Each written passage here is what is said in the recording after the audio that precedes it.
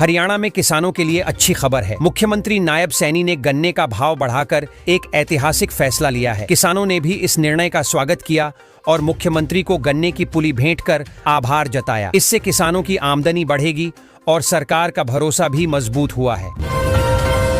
हरियाणा के किसान खुश हैं क्योंकि मुख्यमंत्री सुमंत सैनी ने घोषणा की है कि प्रदेश सरकार का लक्ष्य किसानों की आय दोगुनी करना है। उन्होंने कहा कि नई तकनीकों और योजनाओं से खेती को अधिक लाभकारी बनाया जाएगा, जिससे ग्रामीण अर्थव्यवस्था को मजबूती मिलेगी।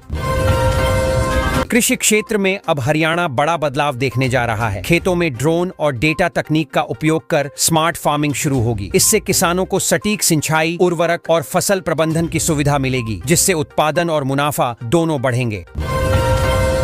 राज्य सरकार ने फसलों के दामों में बढ़ोतरी कर किसानों को राहत दी है। दैनिक ट्रिब्यून से बातचीत में रामकुमार कश्यप ने कहा कि इससे किसानों की आय में वृद्धि होगी। सरकार अब न्यूनतम समर्थन मूल्य पर भी तेजी से काम कर रही है।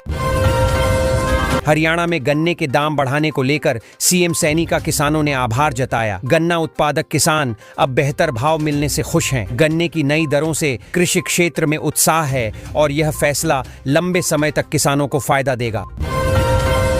हरियाणा के किसान अब सरकार के फैसलों से काफी संतुष्ट नजर आ रहे हैं। मुख्यमंत्री के किसान हितैषी निर्णयों से उन्हें उम्मीद है कि फसलों के दाम बढ़ने से उनकी आर्थिक स्थिति सुधरेगी। ग्रामीण इलाकों में किसान इन योजनाओं को लेकर चर्चा में हैं। हरियाणा सरकार ने स्पष्ट किया है कि वह किसानों की फसल का हर दाना खरीदेगी। मुख्यमंत्री नायब सैनी ने कहा कि मंडियों में पारदर्शी खरीद प्रक्रिया सुनिश्चित की जाएगी और किसानों को भुगतान समय पर मिलेगा। इससे फसल बिक्री को लेकर चिंता खत्म होगी। हरियाणा में विकास की दिशा में सरकार ने खास पहल की है। 6 जिलों के सरकारी अस्पतालों में नई अल्ट्रासाउंड मशीनें भेजी गई हैं। इससे ग्रामीण और शहरी दोनों क्षेत्रों में मरीजों को बेहतर जांच सुविधा मिलेगी और स्वास्थ्य सेवाओं की गुणवत्ता बढ़ेगी। हरियाणा में पर्यावरण की निगरानी को लेकर बड़ा कदम उठाया गया है। अब सिर्फ हवा नहीं, बल्कि जमीन, पानी और शोर स्तर की भी वैज्ञानिक जांच होगी। इससे प्रदूषण के वास्तविक कारणों की पहचान कर सरकार बेहतर नीतियां बना सकेगी। प्रदेश के कई छोटे शहर अब प्रदूषण के नए हॉटस्पॉट बन गए हैं। विशेषज्ञों ने बताया कि हरियाणा प्रदूषण नियंत्रण बोर्ड समय पर कार्रवाई नहीं कर सका। हवा लगातार बिगड़ती रही और औद्योगिक क्षेत्रों में धूल व धुआं मुख्य कारण बने हुए हैं। हरियाणा में अब सभी जिमों में महिला ट्रेनर रखना अनिवार्य किया गया है। राज्य महिला आयोग ने यह कदम महिलाओं की सुरक्षा और सुविधा के लिए उठाया है। इससे जिम में आने वाली महिलाओं को आत्मविश्वास और सुरक्षित माहौल मिलेगा। हरियाणा सरकार ने दिसंबर में सरकारी कर्मचारियों के लिए पदोन्नति परीक्षाएं कराने का ऐलान किया है। यह परीक्षा पंचकूला में होगी और आवेदन की अंतिम तिथि तय कर दी गई है। यह मौका लंबे समय से प्रमोशन की प्रतीक्षा कर रहे कर्मचारियों के लिए सुनहरा अवसर है। मदन चौहान ने कहा कि मुख्यमंत्री द्वारा गन्ने का भाव बढ़ाना ऐतिहासिक निर्णय है। इससे किसानों की मेहनत का उचित मूल्य मिलेगा। लंबे समय से गन्ना किसानों की यह प्रमुख मांग थी, जिसे सरकार ने पूरा कर दिया। किसान संगठनों ने इसे सराहा है। हरियाणा सीईटी आवेदन में सुधार की प्रक्रिया जारी है। उम्मीदवार 28 अक्टूबर तक अपने आवेदन में संशोधन कर सकते हैं। यह मौका उन युवाओं के लिए अहम है जिन्होंने गलती से गलत जानकारी भर दी थी और अब उसे सुधारना चाहते हैं। हरियाणा में मौसम में बदलाव देखा जा रहा है। कई इलाकों में हल्की बारिश की संभावना जताई गई है। मौसम विभाग का कहना है कि इससे तापमान में गिरावट आएगी और आने वाले दिनों में सुबह शाम ठंड बढ़ सकती है। महेंद्रगढ़ की रातें अब ठंडी होने लगी हैं। तापमान 14.5 डिग्री तक पहुंच गया है। वहीं नारनौल की हवा सबसे साफ दर्ज की गई है। लोग सुबह सुबह ताजी हवा का आनंद ले रहे हैं, जिससे प्रदूषण के बीच यह राहत की खबर है। हरियाणा में गुरु तेग बहादुर शहीदी दिवस और सरदार पटेल जयंती धूमधाम से मनाई जाएगी। साथ ही वंदे मातरम के 150 साल पूरे होने पर खास कार्यक्रम रखे जा रहे हैं। स्कूलों और संस्थानों में देशभक्ति से जुड़े आयोजन होंगे। गुरुग्राम के स्लम एरिया में स्वास्थ्य सेवाओं के सुधार के लिए सीएमओ टीम ने निरीक्षण किया। टीम ने अस्पतालों की स्थिति देखी और साफ सफाई, दवाइयों व डॉक्टरों की उपलब्धता पर रिपोर्ट तैयार की। जल्द ही सुधारात्मक कदम उठाए जाएंगे। एमसीजी ने गुरुग्राम के दौलताबाद क्षेत्र में अवैध निर्माण और अतिक्रमण हटाने की बड़ी कार्रवाई की। कई अवैध ढांचे ध्वस्त किए गए। अधिकारियों ने कहा कि भविष्य में इस तरह के निर्माण पर सख्त कार्रवाई जारी रहेगी। हरियाणा पुलिस ने एक व्यक्ति को गिरफ्तार किया जिसने इंस्पेक्टर को एनकाउंटर की धमकी दी थी। जांच में पता चला कि आरोपी का पुराना आपराधिक रिकॉर्ड है। पुलिस ने कहा कि ऐसे लोगों पर अब कोई डील नहीं दी जाएगी। Haryana state narcotics control bureau ने गुरुग्राम में लाखों रुपए का नशीला पदार्थ जब्त किया है। यह कार्रवाई खुफिया सूचना के आधार पर की गई। टीम ने मौके से 2 लोगों को पकड़ा और अब आगे की जांच जारी है। गुरुग्राम में वायरल वीडियो के चलते कुछ युवकों को पुलिस ने गिरफ्तार किया। उन्होंने चलती गाड़ी से गलत हरकत की थी। वीडियो वायरल होते ही पुलिस ने तुरंत एक्शन लिया और सबको जेल भेजकर सख्त संदेश दिया। गुरुग्राम में एक महिला सेल्स कर्मी को कार खरीदने के नाम पर ठग लिया गया। आरोपी ने एडवांस के तौर पर पैसे लिए और गायब हो गया। पुलिस ने पीड़िता की शिकायत पर मामला दर्ज कर जांच शुरू कर दी।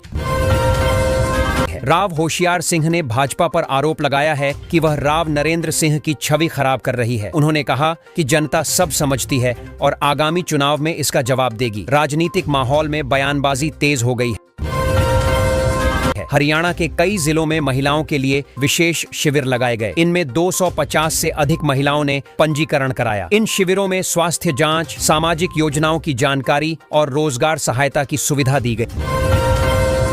हरियाणा सरकार ने कर्मचारियों और पेंशनरों के लिए बड़ी राहत दी है। अब उन्हें आयुष अस्पतालों में भी इलाज की सुविधा मिलेगी। इसका फायदा हजारों सरकारी परिवारों को मिलेगा, जिससे दवाइयों और इलाज पर खर्च कम होगा। सरकार का उद्देश्य है कि आयुर्वेदिक और प्राकृतिक चिकित्सा को प्रोत्साहन मिले।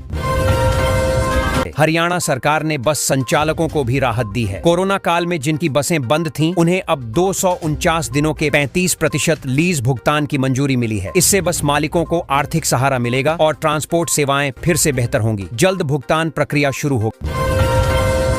मुख्यमंत्री नायब सैनी ने कहा है कि हर मेधावी छात्र को छात्रवृत्ति दी जाएगी। कोई भी बच्चा आर्थिक तंगी के कारण पढ़ाई बीच में नहीं छोड़ेगा। सरकार ने नई छात्रवृत्ति नीति तैयार की है ताकि गरीब और ग्रामीण छात्रों को भी बराबर अवसर मिले।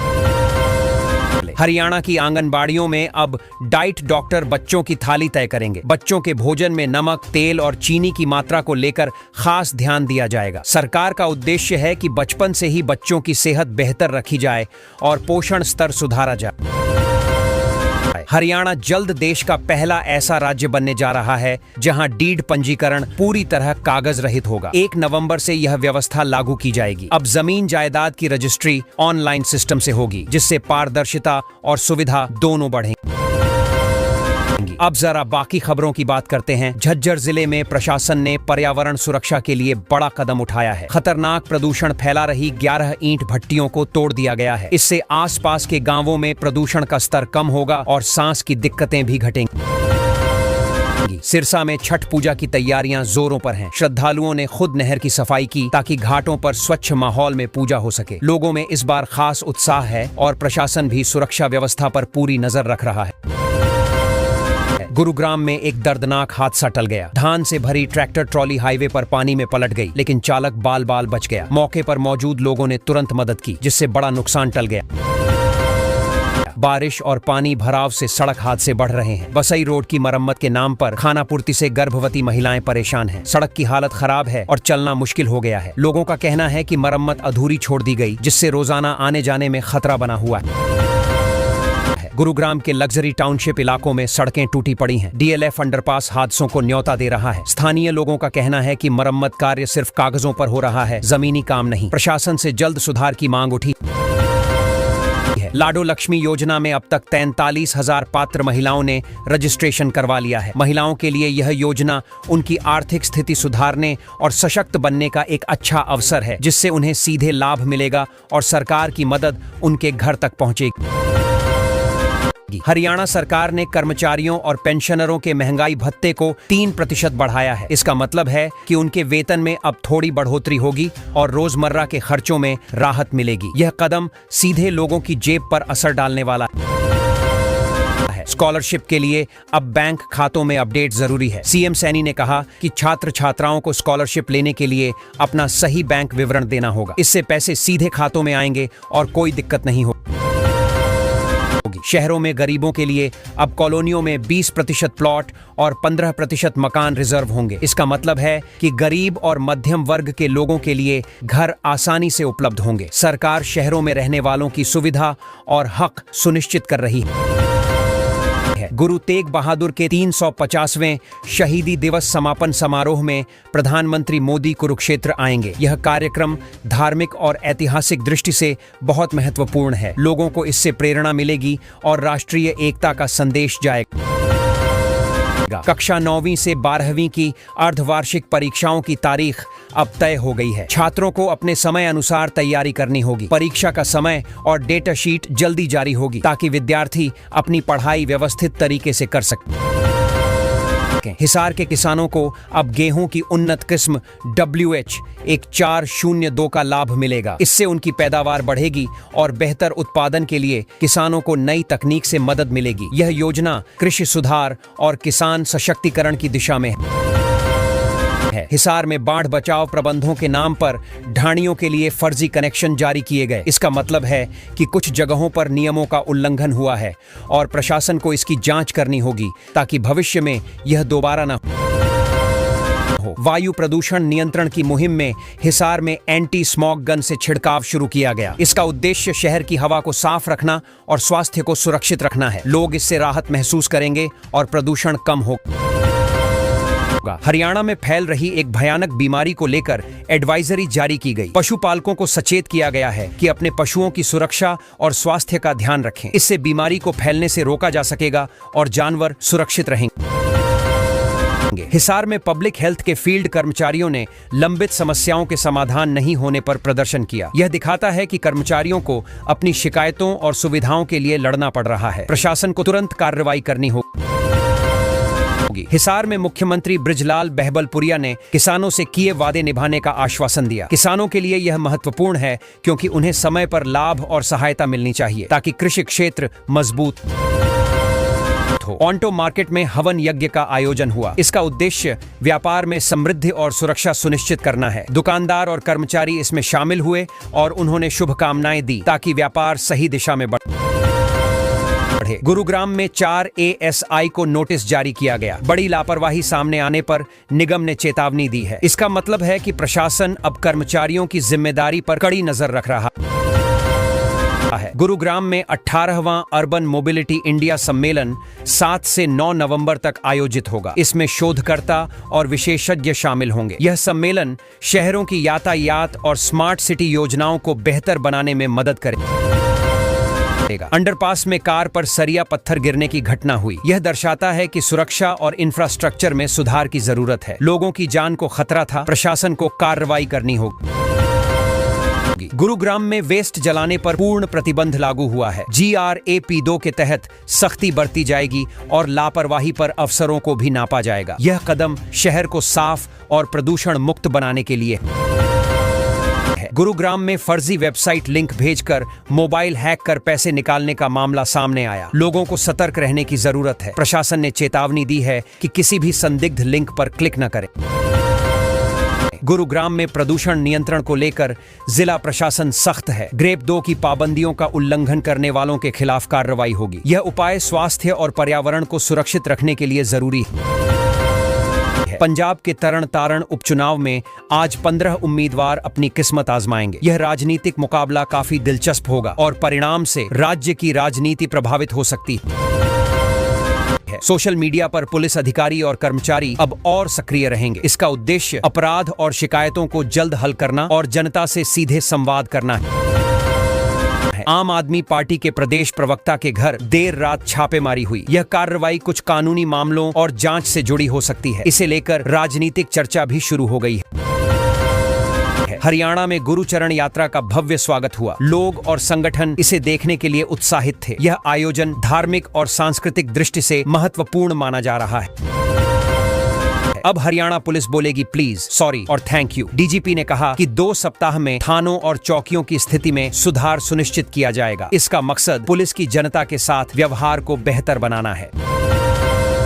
हरियाणा में किसानों के लिए अच्छी खबर है। मुख्यमंत्री नायब सैनी ने गन्ने का भाव बढ़ाकर एक ऐतिहासिक फैसला लिया है। किसानों ने भी इस निर्णय का स्वागत किया और मुख्यमंत्री को गन्ने की पुली भेंट कर आभार जताया। इससे किसानों की आमदनी बढ़ेगी और सरकार का भरोसा भी मजबूत हुआ है। हरियाणा के किसान खुश हैं क्योंकि मुख्यमंत्री सुमन सैनी ने घोषणा की है कि प्रदेश सरकार का लक्ष्य किसानों की आय दोगुनी करना है। उन्होंने कहा कि नई तकनीकों और योजनाओं से खेती को अधिक लाभकारी बनाया जाएगा।